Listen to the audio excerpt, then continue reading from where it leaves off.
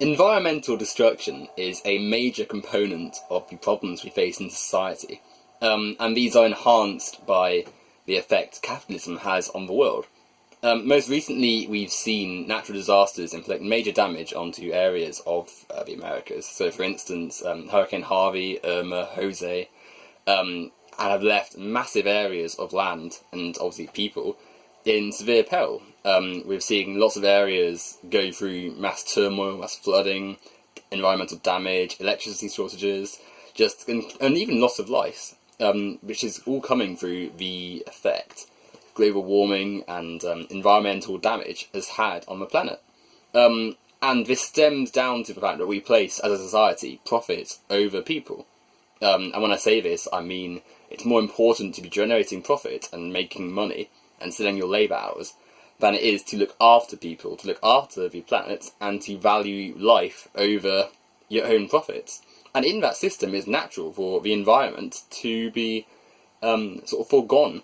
We're seeing environmental protections in the laws being removed in order to make corporations more profit. We're seeing companies not have to meet regulations in order to produce more profit. Housing, food, all these industries are affected by capitalism in that they have to place their profits over all else. So it's more profitable for industrial leaders to have factories that produce more waste and manage their waste more poorly than it is to look after the environment. And the conclusion of that is that we contribute more to global warming and other environmental destructors, and the hurricanes and natural disasters are more costly because they have got more damage to do. You look at the sheer number of hurricanes we're seeing in this specific region in Florida, in southeast America, and it's devastating. The fact that we had Katrina, Sandy, and Harvey, hurricanes that were supposed to be once in 500 years, happen in the space of the same decade, basically, is atrocious. And people who will always lose out on this will be the people who are working to survive day to day, working for basic low wages, the workers of Southwest America, in Florida, in Alabama, all those sort of states that were affected.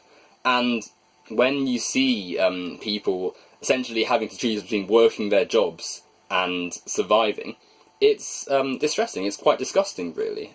People who have to sell their labour hours no matter what is happening in the world. We're seeing like people having to go to work during a hurricane, and obviously that's a massive risk to life. But then at the same time, if they don't, capitalism and the need for profits of the people will essentially disregard them. They'll see them lose their job and thus be unable to provide for their family or to eat or to pay their rent.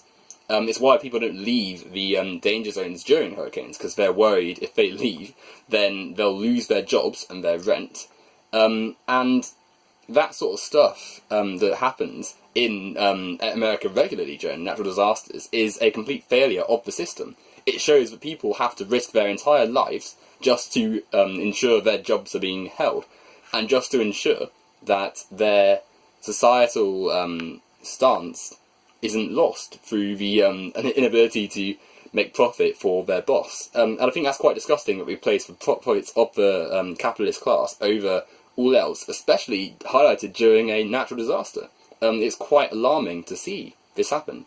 Coming back to environmental policies, it's really just a sign of how much capitalism is a threat to the planet, in that we're not investing in more protections for global disasters and environmental disasters. We're seeing the sort of damage done highlighted in extreme times, but had we put money into this in the first place and put our resources and energies into preparing for more disasters like this, given we have a global warming crisis, we might not see the damage done at such a large scale. We might not see the lack of preparedness so many have during these disasters.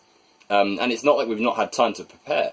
We have the technology to predict and forecast these disasters from happening. We have previous experience from the last 100 years of recording data, and indeed in living memory in Katrina and Sandy.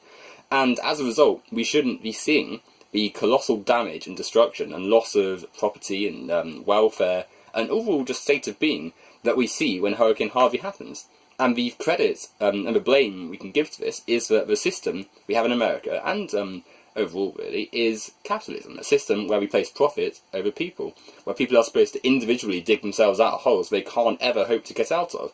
If you are a poor person living in an area where flooding is likely, and you can see that the wealthy economy and the government has put no money into the dam defences and stuff, and like hurricane defences, then it's natural to sort of be in a terrible position. Because essentially, the profit and money of the wealthy matters more than workers and poor people under capitalism. Essentially, the people who are affected are just cogs.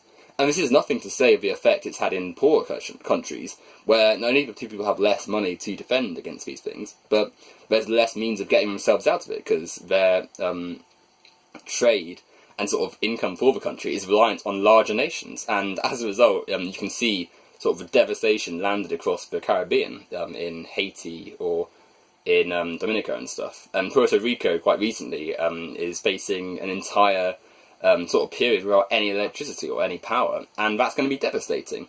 And it's worth pointing out, Puerto Rico is technically part of the US, which means that America should be preparing and should be helping out, but, you know, as we see under capitalism quite frequently, poor parts and less profitable parts of the nation don't matter.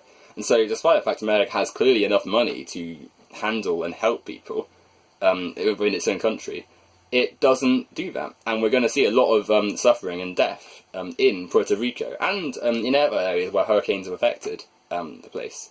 But we really don't need to have one example, because there's countless. But ultimately, capitalism, whilst we have it, is always going to favour profits of the wealthy over the workers.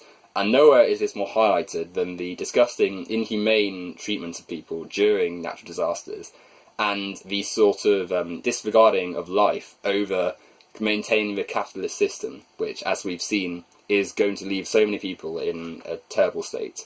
So always remember that during these sort of disastrous times, during times of increased environmental destruction, remember that our system is part of what enables it, because if we had the mindset of helping people and making sure people were okay during these things, we would never see the disastrous outcomes of hurricanes that we do, and we'd never see so many people thrown into disarray and choosing between surviving and keeping their jobs.